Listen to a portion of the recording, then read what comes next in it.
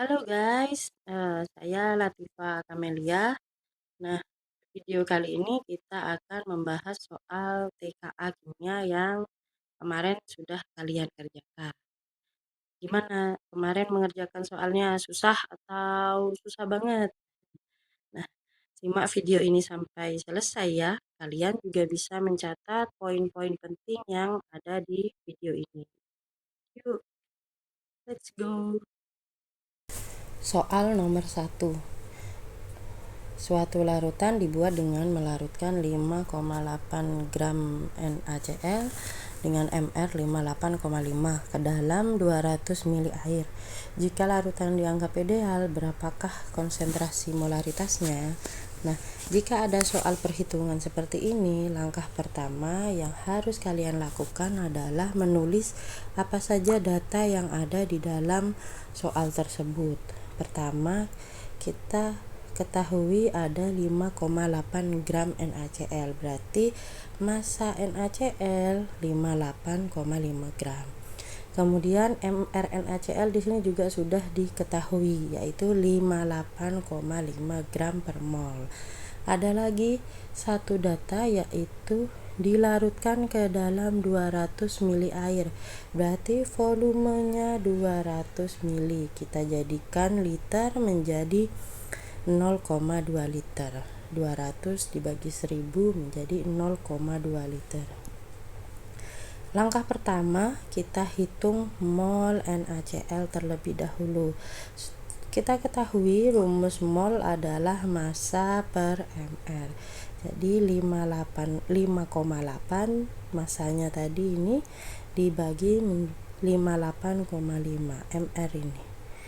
Hasilnya 0,099 mol. Kita bulatkan saja menjadi 0,1 mol. Selanjutnya kita hitung molaritas dari NaCl. Rumus molaritas adalah mol per volume. Jadi 0,1 mol yang sudah kita hitung, kita masukkan ke sini. Kemudian kita masukkan lagi juga volume dari air 0,2 liter. Jika dihitung, hasilnya adalah 0,5 mol per liter. Nah, atau 0,5 molar. Konsentrasi dari NaCl 0,5. Kita lihat di soal 0,5, berarti jawabannya adalah yang C. Soal nomor 2. Perhatikan senyawa berikut. Ada 3 senyawa, N-butana, 2-metilpropana, dan propana. Untuk titik didih dari yang tertinggi ke yang terendah adalah, kita diminta untuk membandingkan 3 titik didih dari ketiga senyawa berikut. Kita lihat dulu senyawanya di sini semuanya berakhiran ana. Butana, propana, dan propana, berarti ini senyawa alkana. Untuk senyawa alkana, titik didihnya kita bisa lihat dari massa molekul atau Mr. Semakin besar massa molekul, gaya London dispersi akan semakin kuat sehingga menyebabkan titik didihnya menjadi lebih tinggi. Nah, butana dengan 2-metilpropana memiliki rumus molekul yang sama, C4H10. Berarti ini memiliki Mr yang sama, yaitu 58 gram per mol. Sedangkan propana rumus molekulnya lebih kecil, C3H8. Berarti berdasarkan massa molekul, propana memiliki titik didih paling rendah. Jadi paling rendah propana nomor 3. Kemudian untuk butana dan metilpropana, karena Mr-nya sama, massa molekulnya sama, maka kita lihat dari bentuk molekulnya.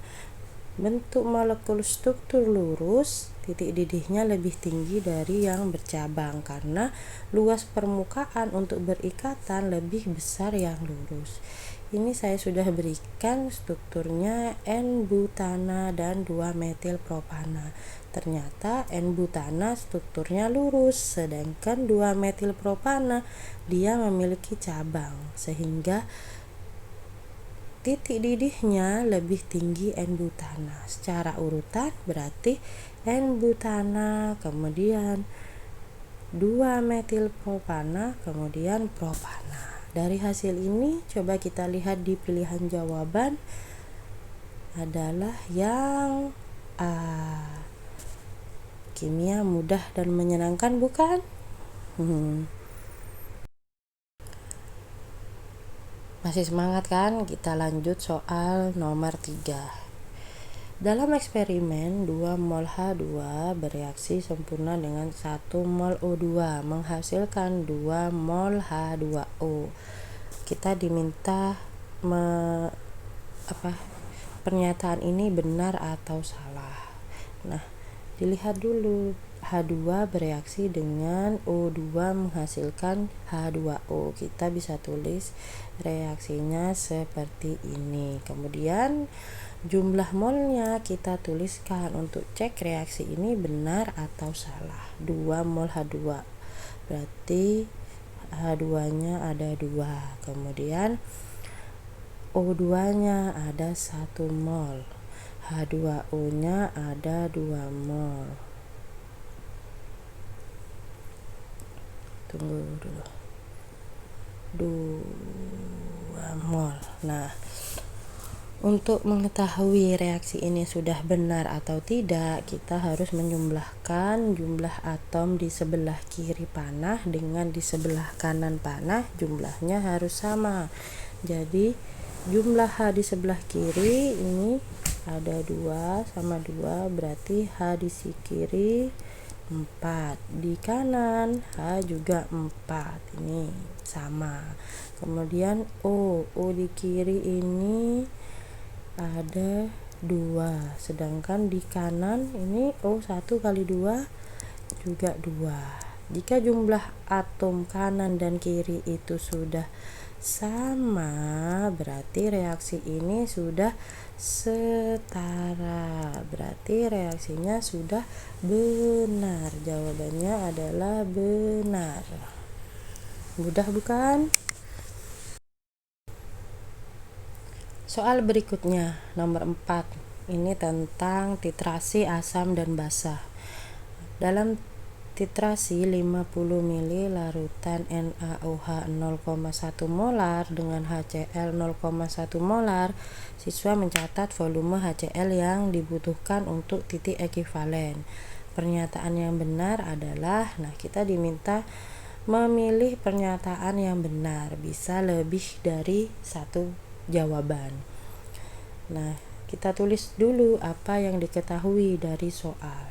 Yang pertama adalah kita tahu volume NaOH 50 ml, kita ubah menjadi liter dibagi 1000, 50 dibagi 1000 sama dengan 0,05. Kemudian ada konsentrasi NaOH 0,1 molar. Kita juga tahu ada konsentrasi HCl yang sama 0,1 molar. Langkah pertama kita hitung dulu mol NaOH. Mol sama dengan konsentrasi dikali volume. Berarti konsentrasinya NaOH ini 0,1 masuk sini. Kemudian volumenya sini 0,05. 0,1 kali 0,05 sama dengan 0,05 mol. Berarti kita lihat dari pernyataan mol NaOH 0,05 mol. Berarti pernyataan yang B ini benar. Selanjutnya kita coba di reaksi.